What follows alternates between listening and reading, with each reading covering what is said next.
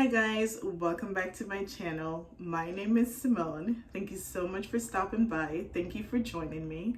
If you are new here, please take a moment to subscribe to my channel. I would greatly appreciate it. Hold me close till I get up. Time is barely on our side. I don't wanna waste what's left. The storms we chase. In today's video, I'm going to be talking about how to make your relationship work. Now, I'm no expert at relationships. However, I have been with my husband for 14 years and we've been married for almost 11 years. So I do have some experience when it comes to maintaining a relationship, and I would like to give you some tips. My first tip for you is to rewrite the rules. There are a lot of rules out there telling you what you should do and what you should not do. What we have to understand is that our relationships are unique. Your relationship with your spouse or your boyfriend or your girlfriend is different from my relationship with my husband. And so we cannot use a one-size-fits-all formula. It's just not gonna work. I'm different from you, you're different from me. My spouse is different from your spouse, and your spouse is different from my spouse. So what works for us may not necessarily work for you, but I am going to give you some insight and hopefully you find them helpful. Don't just go along with what everyone else is doing. Do what is best for you and your spouse and your relationship. That is my tip number one. You know that saying that says, never go to bed angry? I'm going to tell you that you should absolutely throw that rule out the door. It doesn't work for everyone.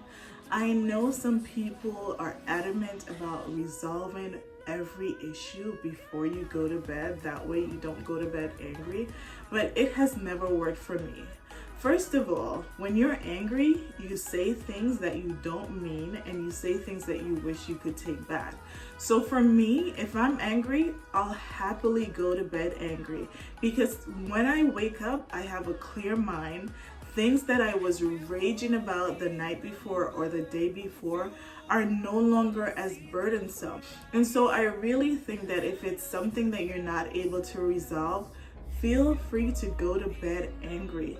Wake up refreshed and renewed with a new mindset, and usually it's much easier to tackle the issue at hand. Another tip that I have for you is communicate with love. I'm gonna say it one more time. Communicate with love. A lot of times it's not what you say, but how you say it. And if you communicate with love, you are thinking about the other person's feelings. You are thinking about how what you're about to say is going to affect them. And you try to get your point across in a manner that's going to be less hurtful and less damaging, in a way that is effective, where you are able to get your point across. But in doing so, you want to make sure that you think about how the person is going to receive that information. Another tip that I have for you is to give each other space to do the things that we individually love. For myself, I'm a homebody. I sing that every day. I love being home. I mean, I love to travel. I love to go out and see, new places, new things. But for the most part, I'm at home. I love to stay home. I love the comfort of my home. And for that very reason, I like quiet time. I like to be at peace. Like, I'm always with the boys when my husband is not here, when he's out working. So I don't have much quiet time aside from at night when we all go to bed. However, before the quarantine, before the pandemic, I would look forward to my Saturdays when my husband will take the boys to swimming in the afternoons. And during this time, I relax. The house is nice and quiet. I can hear a pin drop. And I usually choose what I want to do. Sometimes I'll watch TV. Sometimes I'll take a nap. Sometimes I'll just zone out. I just like my quiet time. I like having my time to be alone with my thoughts, because there's always something running through my mind. I'm always going a million miles an hour when it comes to thinking. But anyhow, I love my quiet time, and so I value my time alone. And also on my husband's end, every Saturday he has a radio show. He is so into music. He loves reggae, he loves dancehall. And so he gets together with his friends and they host a radio show every Saturday, and that's his time away from his family. That's his time away to enjoy the things that he loves. And I know sometimes it agitates me because I feel like Saturdays are family days, but Sundays are also family days. And so I really have to respect the fact that he needs his space, and he's always okay with me having my space, so there's no issue there. But always allow each other to have free time and also support each other, even if that doesn't include you, even if it's something that you don't have a mutual interest in. So always allow each other to have time apart. Another tip that I have for you is to compromise. Compromise is so key to having a successful relationship, because guess what? I can't always have my way and he can't always have his way. We have to understand that we have to come together for the good of our family. And that means that sometimes I'm going to have to give up something and sometimes he's going to have to give up something. The key is that at the end of the day, our ship is a sail and our ship stays afloat, right? Another advice that I have for you is to listen. If your partner is complaining about something and it's over and over again, we should listen. There is a reason why that person is complaining about the same thing. If they complain over and over again, that means that they're not gonna let it go. And that is an indication that we should really take the time to listen to what they're saying. It could be something small, it could be something big, but we really need to listen to the needs of our partners. So listen and be kind. Listen with intent. Don't listen to answer. A lot of times people listen to answer and they're not really registering what's being said to them. They're just preparing their answers while the person is talking. We really have to stop that. We really have to listen to what the person is saying. Another tip that I have for you is to never stop dating. Even when you're married, even when you have kids, even when you've been together for 5 years, 10 years, 15 years, never stop dating. Whenever you go on a date, doesn't it feel so good? Like you feel young, you feel youthful, you feel like the world is yours, just you two. So never stop dating. Find time to go out with each other. And this is something that I'm gonna try to be better at. I know before we were all quarantined, I took my freedom for granted, and a lot of times I would just sit home on the weekends not doing anything, because again, I'm the biggest homebody that you will ever find. But I do love to go out with my husband. I do love when it's just the two of us. It really reminds me of when we just met each other, when we used to go on dates before the kids, before life got complicated, and we were just free-spirited. It's a beautiful feeling when you go out on dates. So never stop dating each other. Another tip that I have for you is to recognize that we are imperfect beings. I'm imperfect, my husband is imperfect, and we really have to recognize that, you know, we're gonna fall short sometimes, and our spouses or our partners are gonna fall short sometimes. And in instances like this, we have to forgive, we have to let things go. Things aren't always gonna go our way. Our partners aren't always gonna do the things that we want them to do and how we want them to do it. And so we have to let that idea that things must always go our way, we have to let it go.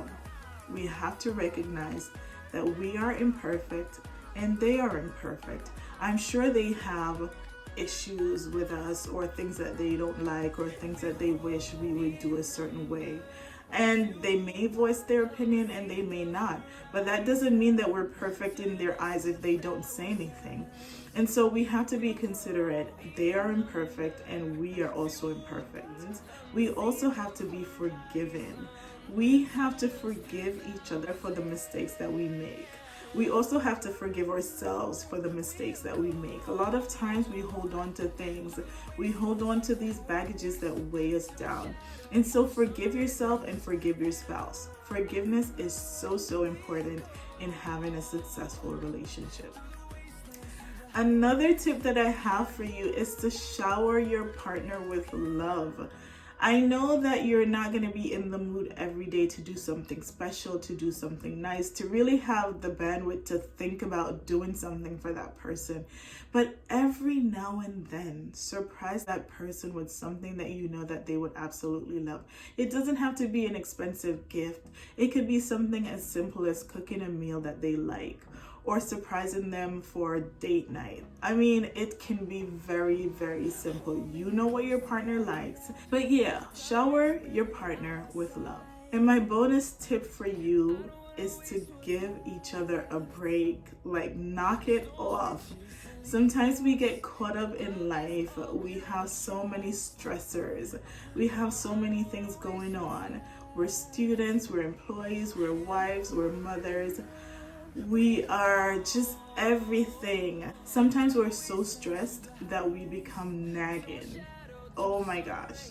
I know sometimes I really have to catch myself. When I feel like I'm just like being such a miserable person, I catch myself and I literally make a mental note like Simone. Like Simone, I'm gonna give the mister a 3-day break. That means between now and 3 days from now, I'm not gonna nag him. It doesn't matter what comes up, I'm just not gonna nag him. And that really gives us a chance to control ourselves, to control our feelings, to control the way we communicate, to control our anger. No one wants to live with a nagger. It's not cool, it's not nice. We don't wanna be a stress to our spouse. And so we really have to control. We really have to exercise control and just think about that person. Think about the things that may be stressing them out outside of us, outside of our family, outside of the things that are mutual to both of us. And just be considerate. Don't be a nagger. Again, you want to voice your opinion. You don't want to brush issues under the rug because they never go away. They just stay there and fester. But you can communicate with love. And you can also take a break. You can always take a break. You can always give that person a break to say, hey, I'm not going to be a bother to you today. Here's my gift to you. And you don't even have to say it. It's just a mental note that you're going to fall back and let that person be. So give each other a break. Okay, guys? Those are my tips for having a successful relationship. If you have any questions, feel free to leave them down below. Again, if you are new here, please comment, share, and like. And make sure you're subscribed to my channel. I would greatly appreciate it. Also, remember to turn on the notification bell so you are notified every time I post a new video. Thank you so much for joining me. Thank you for being here. I will see you in my next one. Bye.